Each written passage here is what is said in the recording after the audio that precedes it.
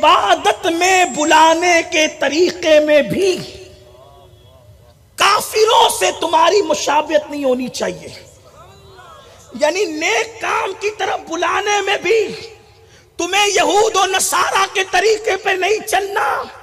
اب اس قوم کی تقدیر پر کتنا ماتم کرے جس مذہب میں نیکی کی طرف بلانے کے لیے یہود و نصارہ کو آئیڈیل بنانے کی اجازت نہیں. اس مذہب کے لوگ گناہوں میں یہود و نصارہ کو آئیڈیل بنا رہے ہیں.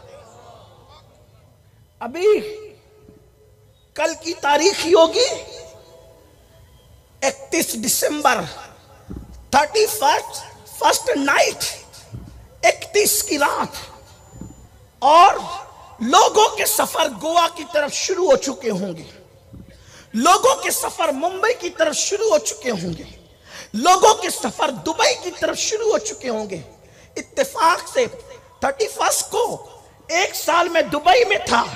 دبئی جو ہے وہ دلہن کی طرح سجایا جا رہا تھا. میں نے پوچھا یہ دلہن کی طرح کیوں سج رہا ہے؟ تو کہا گیا کہ 31 کا انتظام ہو رہا ہے. جتنا پاپ دبئی میں ہوتا ہے اس رات میں اتنا پاپ کہیں اور نہیں ہوتا. ایک سال میں عراق میں تھا. میں نے دیکھا کہ بمبئی کے مسلمان ایسی 31 نائٹ نہیں مناتے ہوں گے جیسے عراق کے مسلمان مناتے, بلکہ بمبئی کے کافر ایسے نہیں مناتے ہوں گے یا دبئی میں رہنے والے کفار ایسے نہیں مناتے ہوں گے جیسے عراق کے مسلمان منا رہے تھے. واللہ میری آنکھوں میں آنسو آ گئے. میں نے کہا دیکھو کم نصیبوں کو کہ ان کو بموں سے ہلاک کرنے والی قوم نے ابھی کل ہی ہلاک کیا.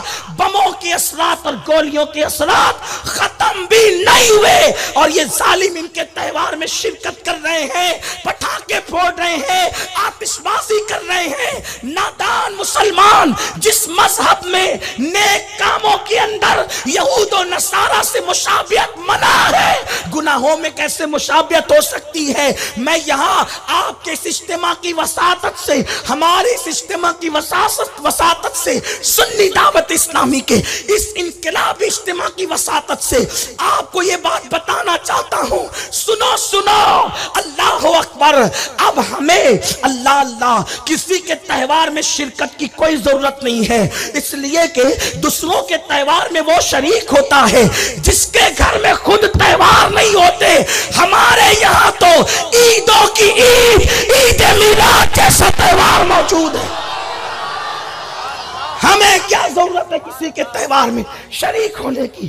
اور آج کل کچھ روشن خیال لوگ یہ کہتے ہیں کہ جیسے میلاد مصطفیٰ مناتے ہیں ویسے میلاد عیسیٰ منا رہے ہیں. ہم کہتے ہیں ظالموں سنو, میلاد مصطفیٰ کیا منائی گئی؟ سارے انبیاء کی میلاد اسی میں منا لی گئی. اب الگ سے کسی میلاد کی ضرورت ہے, اس لیے کہ سب کی میلاد کی وجہ مصطفیٰ جان رحمت کی وجہ تخلیق کائنات ہے مصطفیٰ جان رحمت. اسی لیے اگر کوئی کہے گا نا کہ اے رب آسمان تیرا شکر ہے تو شکر کا حق ادا نہیں ہوگا. اگر کوئی کہے گا اے رب زمین تیرا شکر ہے تو شکر کا حق ادا نہیں ہوگا. اگر کوئی کہے گا رب چاند و سورج تیرا شکر ہے, شکر کا حق ادا نہیں ہوگا. کھلانے پلانے والے تیرا شکر ہے تو شکر کا حق ادا نہیں ہوگا. کیوں؟ کھانے کا شکر ادا کرو گے تو پانی کہے گا میں کدھر گیا, پانی کا کرو گے تو ہوا کہے گی میں کدھر گئی, ہوا کا کرو گے تو آسمان کہے گا میں کدھر گیا, آسمان کا کرو گے تو ستارے کہیں گے میں کدھر گیا, ستاروں کا کرو گے تو رات کہے گی میں کدھر گئی, رات کا کرو گے تو دن کہے گا میں کدھر گئی. اللہ اکبر. تو میرے آقا کے دیوانوں, سب کو گن نہیں سکتے تو سب کا شکر کیسے ادا کر سکتے ہو؟ تو قدرت نے گویا کہ کہا ایک ایسی نعمت عظمی تمہیں دے رہا ہوں, اس کے آمد پر شکر ادا کر لو تو گویا کہ ساری نعمتوں کا شکر ادا ہو جائے گا. اسی لیے میرے امام نے جب حمد لکھی تو یہ نہیں کہا آسمان بنانے والے تیرا شکر, زمین بنانے والا تیرا شکر, چاند بنانے والے تیرا شکر, سورج بنانے والے تیرا شکر. سارے شکریہ کا بھی شکریہ ادا کیا اور کہا وہی رب ہے جس نے تجھ کو ہمتن کرم بنایا, کو تیرا آستہ.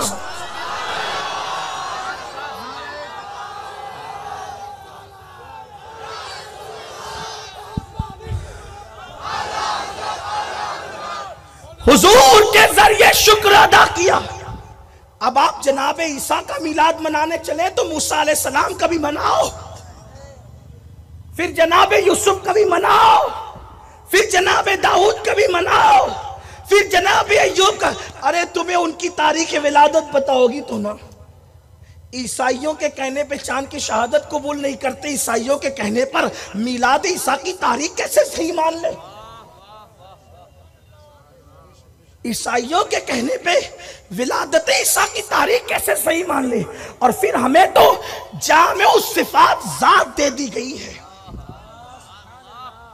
ان کا میلاد بناؤ, سارے نبیوں کا میلاد ہو. ارے ان کا ذکر کرو, سارے نبیوں کا ذکر ہو گیا. ارے یہ ذات تو وہ ہے کہ ان کا ذکر کر لیا تو خدا کا بھی ذکر ہو گیا. ان کا ذکر بھی خدا کا ذکر ہے. اسی لیے میرے امام کہتے ہیں ذکر خدا جو ان سے جدا چاہو نجدیو واللہ ذکر حق نہیں.